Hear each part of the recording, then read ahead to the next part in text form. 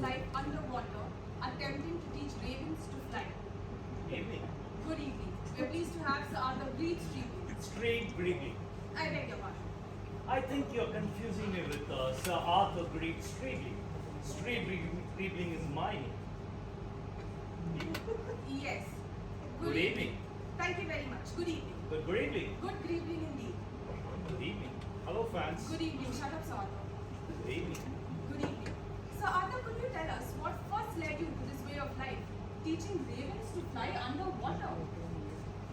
Well, it's always difficult to say what prompts anyone to do anything, let alone get underwater and teach ravens to fly. I think it all dates back to an age when I was very young. My mother, Lady Beryl Street Greebling, the wonderful dancer, 98 tomorrow and still dancing. She came up to me and said, Arthur, well, I was in Sir Arthur those days. Arthur, if you don't get underwater and start teaching the ravens to fly, I will smash your face in. I think it was this that sort of first got my whole interest in the business of getting them underwater. Yes. And how old were you back then? I was 47. I just finished my O-levels in archaeology and I was looking for something to do. Yes. And when did you start your work? I think it can be said of me that I never started my work. That's one thing I've never done. I can place my hand on my heart and say, and indeed, on anybody else's heart, and say that I never ever started my work. Never ever at all. I think what you want to know is when I started my work. Oh yes, I'm awfully sorry. I did make an error. When did you start your work? When I started my work? Almost immediately. My mother had given me a hint. She's a powerful person, She breaks up and carries up telephone directories just for warm-up before her yoga sessions. So Arthur, is it difficult to get ravens to fly underwater? Well, the word difficult is an awfully good one here. It's nigh impossible. The trouble is, you see, God in His infinite wisdom and mercy designed these creatures to fly in the air rather than through the watery depths of the deep.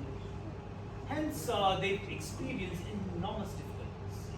And as you said, a difficulty in beating their tiny wings against the water. It's a disastrous experience for them. How do you manage to breathe? Through the nose and mouth. The usual method. God gave us these orifices to breathe. And who am I to condemn it? I think we can't breathe through anything else. If we start breathing through our ears, we can't hear ourselves speak for the wind rushing in. Nose and mouth is what I use. I trust you do too. Oh yes, I know certainly do of course, but what I was meaning to say is how do you manage to breathe underwater?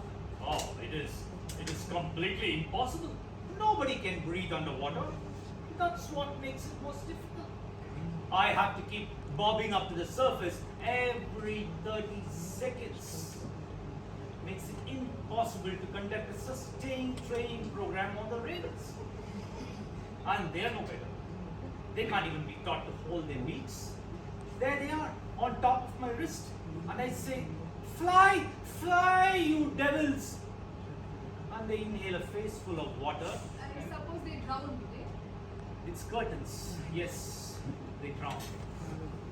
Topple off my wrist. Little black feathery figures toppling off my wrist, spiraling very slowly into a watery grave.